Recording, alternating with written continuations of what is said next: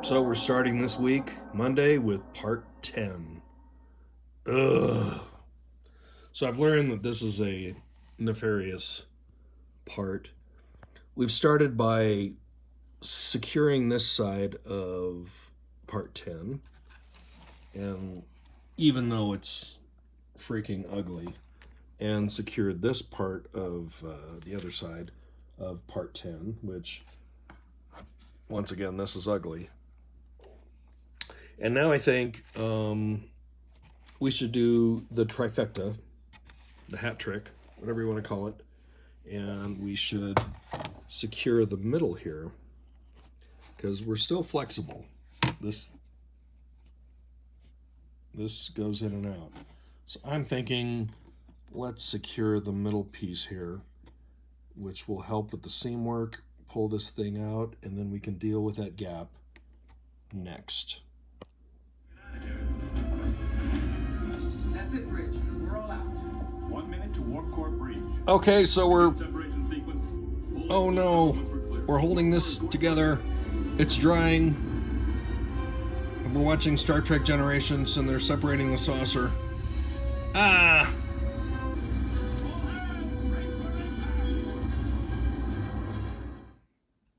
Okay, without all the drama, we're just gonna have to fill this. So let's get busy. Back to real modeling without sound effects. So I'm just filling this with good old Bondo 3M spot putty. And I'm trying to keep it in one place for the camera. I'd really like to pick this up and do it better with my like in person, so I'm going to actually do that. So sorry, we masked off both sides with just masking tape, and now I'm just spreading a buttload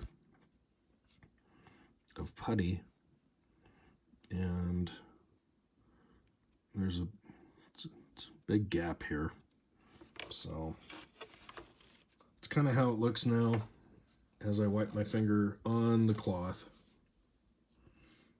More to come. Left side. All right. Left, I'm sorry. Port, whatever. So, same deal. Let's get some putty into this gap. And I'm sure we have multiple applications coming up, but let's just get it as good as we can. Right here. And I did practice. I practiced in part 1, so you're getting to see more of the action here. Everybody loves action. A little bit more putty on my finger. And we're gonna... Now this will undoubtedly shrink, but in the meantime, we're gonna do that. And pull up the tape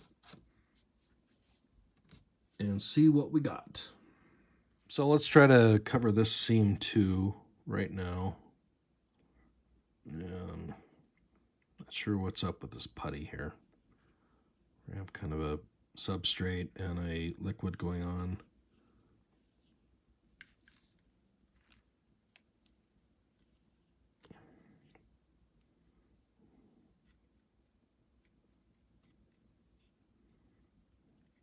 Do want to kind of try to pack it in there. And then after we pack it in there with a toothpick, and you can see the shine is going away because this stuff sets up fairly quick. We're just gonna wipe that off, and then I'm gonna get a Q-tip. Kind of clean up around the outside here so we don't have to deal with that later.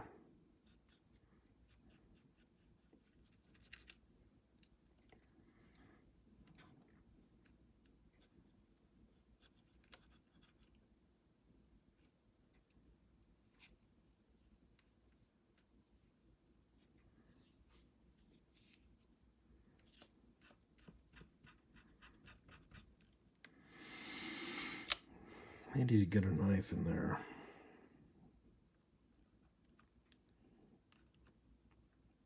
We don't want putty in these groove lines because that reduces detail. We can't have that. All right, those two are spent.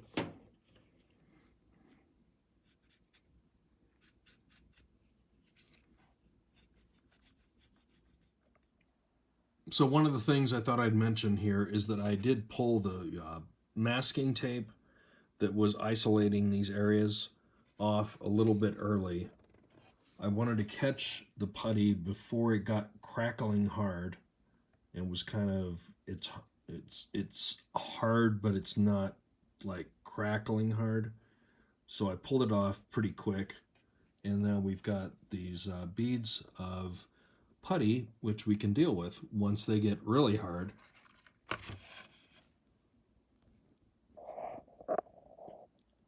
Like that. All right, Wednesday.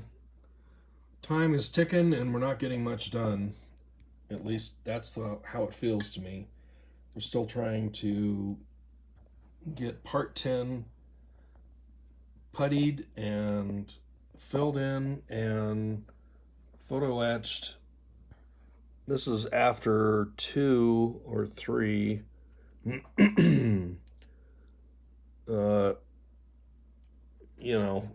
sessions.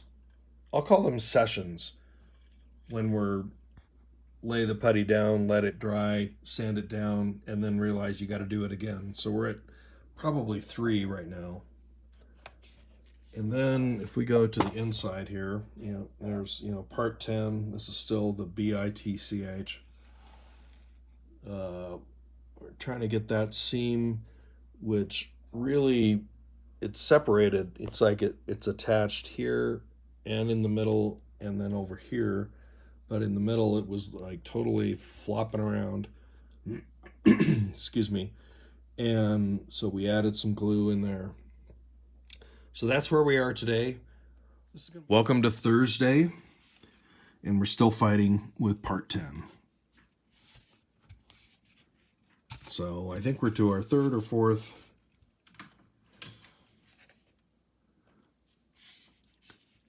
putty sand down on this. I like this edge. This has come together nicely, but we're still fighting with these corners. And so I'm sure you've been there, done that. So that's where we are with that. The Nemesis. All right, so I needed a break. We started working on seam work on the nacelles. Top is working out pretty good here. Got that little piece. That was a bad one. Had to grind that plastic down to get it fairly level. And then this area ended up being kind of a challenge. I'm not sure why that was so offset. Because the tails, and everything should, you'd think if you line this up, this would line up too, and so would that, but no, this one didn't.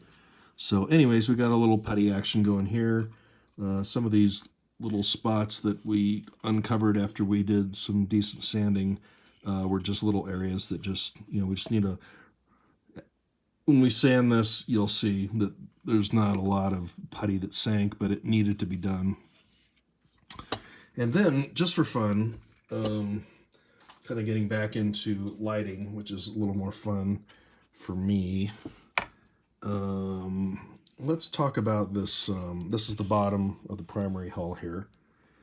And if I'm not mistaken, there's a shot of the Reliant flying over us.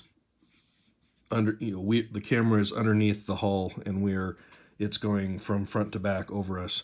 And I was pretty sure there's a flashing light in here, but I was pretty sure this was a recessed area. And it certainly was not glowing, other than there was a flashing light in the middle of it. So with this kit, there is a clear piece that's supposed to go in there, presumably to be lit, but I'm thinking we don't need it to be lit. And it's not recessed, this one protrudes. But I'm thinking, let's just put this in here and paint over it, and then drill out the middle and put a flashing light in as it looked in the Wrath of Khan. And I'm sorry it's not recessed, but that's what AMT did to us. How about that? All right, time to switch gears. Part 10 is pissing me off. Now I'm pissy. So we're going to prepare some LED strip tape as a diversion. So I think I did this before. We're just putting little dots of solder on each of these connection points so that we can connect stuff to them once we get it in the model. Makes it a lot easier to do that rather than strip each of the, well, I guess we've got to strip them anyways, but trying to just run some random wire in there and connect it up. Oh geez, I'm already out of focus here. Sorry. This has been an all-consuming. This hasn't been a good week for the old model building, but I like doing this, so we need a little refresher.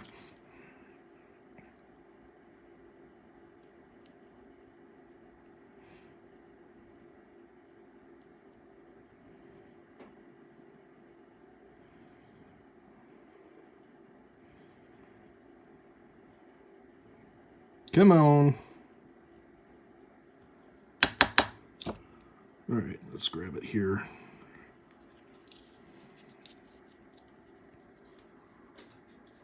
Clean that tip off a little bit.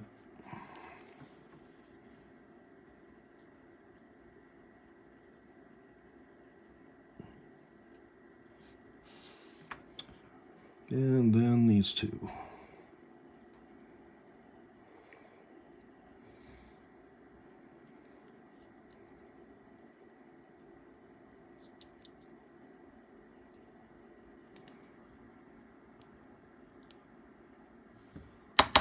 All right, I'm going to do that on one more 3-segment strip, and I'll be right back. I don't think I mentioned this batch of lighting is for the top of the saucer. And so we've got the 2 strip lights that I prepared with the connector solder. Got a couple wires coming off for connecting, connect the 2 to each other, and now we're just going to give it a little stick to the hull so nothing comes up, and we'll hit the LED tape. Oh, come on, gun. Let's see. Sometimes I wonder if it's better to just push.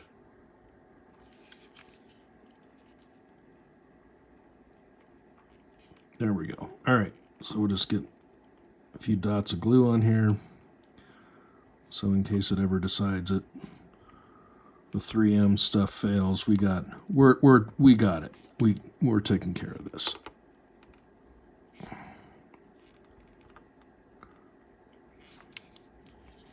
All right. So now we got some connection points, and we can get to work on navigation LEDs. So we got a little testing to do. The officer's lounge is going to be, pardon the shadow, going to be going in this particular area to box that in. And so we need an LED kind of overhead to light the thing. And so this is an 0805 SMD. It's warm white. And I've just been playing with my little tray of resistors here to figure out what we need to put in place so that it's not overwhelming. And so I've actually centered on the 8.2K, which is 8200 ohm resistor, and with a piece of scotch tape here I just kind of positioned it where I think it's going to be a good fit. It's not perfect by any means, but it'll at least put that little bit of detail into the inside of those windows. And so now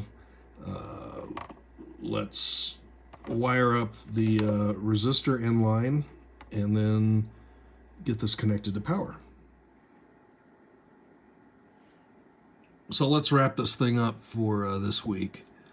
We got the warm white LED 0805. It's an SMD, all wired up with a 8.2K resistor, and it's mounted and secured with a little hot glue. I faced the LED towards the top with the hope that it would diffuse the light a little bit instead of shining directly and causing a bunch of shadows. And so it kind of illuminates that whole little area right there, which, let's see if we can reduce the exposure. That's kind of how that looks in person. So it's not too crazy in terms of the amount of light. As for the rest of the hull here, kind of got to do the same thing. We'll put in these 0805 SMDs, green here, white here, red here, green here, off camera, green here, red here. We got a couple of steady white LEDs that go there and there. So we'll hit that next week, and I guess that is it. If you're feeling saucy, like I say, subscribe. If you like the video, please like the video. And thanks so much for watching, and we'll be with you next time on Modeler X.